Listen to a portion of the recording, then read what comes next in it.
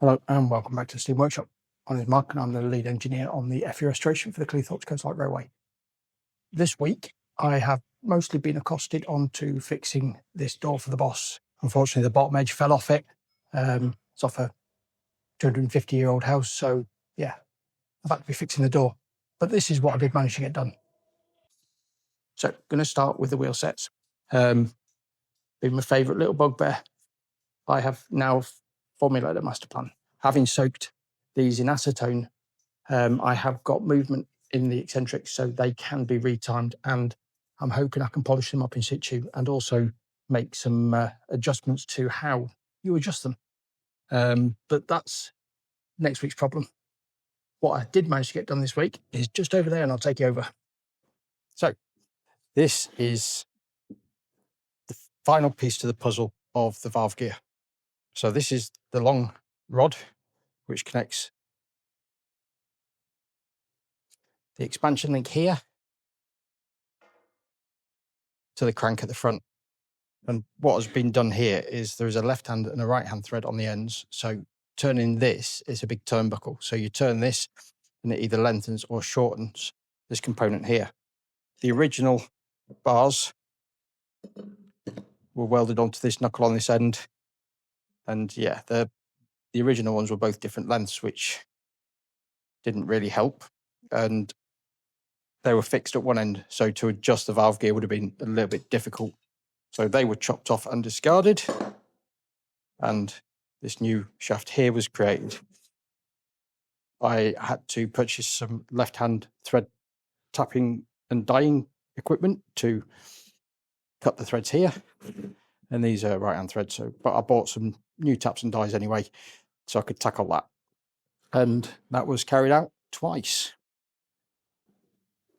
The other final component of the valve gear is this bronze bushing here, which keeps the die block in place there. And that is basically everything now manufactured.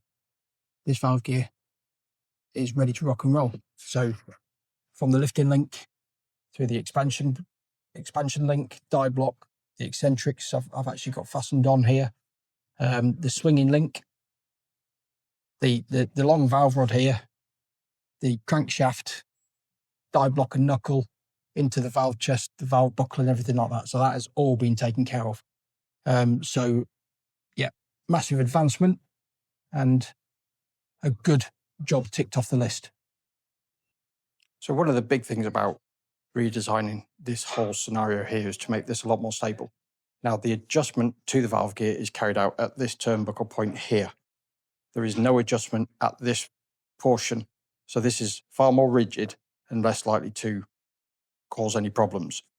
The valve is now supported front and rear, so there is no valve dive. And that brings me on to the next topic, which is increasing Effie's breathability. So this is the valve face. This is basically how the exhaust works and also the inlet ports. So the valve on the valve face, as the valve comes to the front, it lets steam in here, which pushes the piston that way. As it comes here, steam is admitted here, which pushes the piston that way. And underneath is where this comes into play. So as the piston's being pushed this way, steam will want to escape this way and out of this port here, which is the exhaust port. And that is why we have increased the capacity here from the original. So hopefully Effie will breathe a lot better and actually have some more power. Now, listening to the roundup that has just been carried out by the lads at Cleethorpes, saying how Effie struggles a little bit on the uphill, this might help it out somewhat. So yeah, a valve upgrade, fingers crossed, increases Effie's breathability and gives it a little bit more power.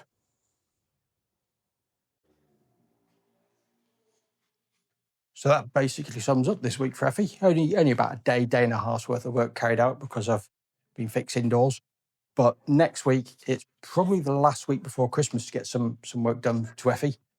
So my plan of action is to tackle the wheel sets and yeah, see what else we can get up to next week. As always, Thank you very much for watching, and I'll catch you next time.